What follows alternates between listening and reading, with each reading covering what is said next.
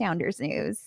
So we head over. I really, it's hard to grasp how big this is. I can't even fully grasp with my tiny brain how big this is. But so over the past week, the Sounders played their leg 1 matchup against Pumas on the 27th down in Mexico City, drawing that game 2-2.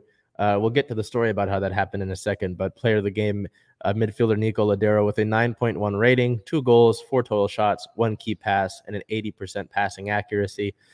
So the Sounders were down 2-0 late into the game. You know, their star player, Pumas star player Danilo, had a goal, 2 goals actually. After, you know, there was some concern that he might not be able to go for this game.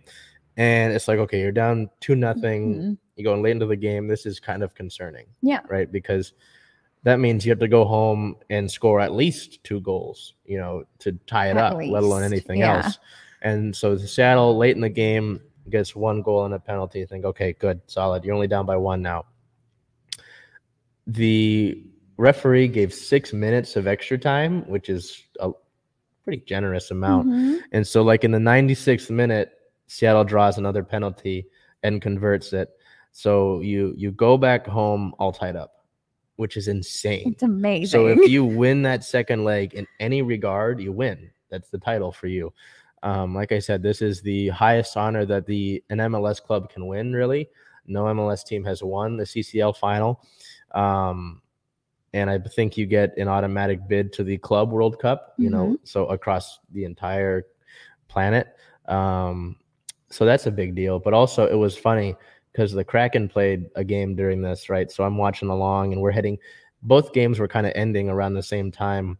And so we're going down the elevator from the press bridge down to the press conference, and some guy, I'm watching Nico Ladero had just scored that penalty, and some guy goes, well, the Sounders lost 2-1. I go, no, they didn't. He goes, what? And I'm like, no, they didn't. They just scored.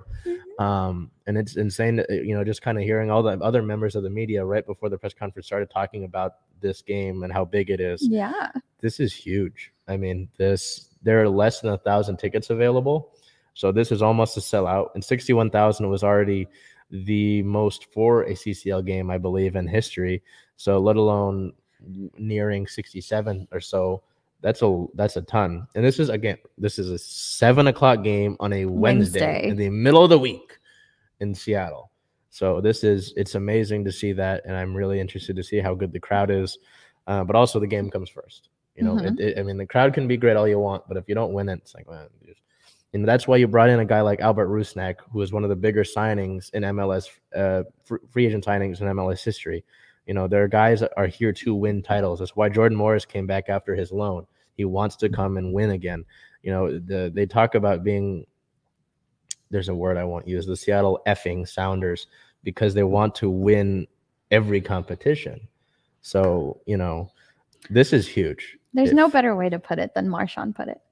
Yeah, the Marshawn commercials they did were pretty spectacular. So, yes. Long story short, it's a big effing deal.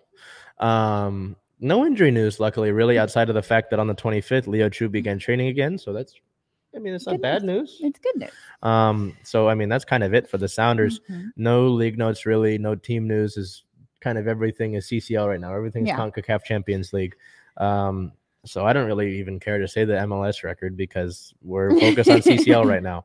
So next up, this upcoming week on Wednesday, May 4th, versus Pumas. It's a 7:00 start. That is the second leg of the CCL final. If Seattle wins at all, 1-0, 2-1, anything, any win in that situation means that Seattle will hold up that trophy and be the first MLS club to win the Concacaf Champions League.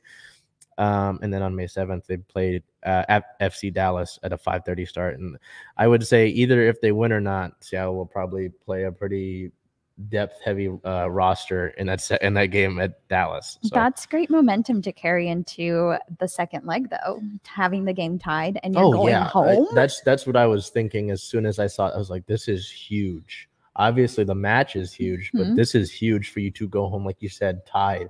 Because if you went down into that building, you know, down 2-0, down 1-0 even, it's like, okay, we've got a little chip, you know, we've got some pressure. Now it's like, okay, you're playing in front of your home fans, in front of basically a packed building, you know, with effectively, like you were saying, kind of momentum on your side, considering you scored the last 2 goals of that game. Hey, you know, play your game.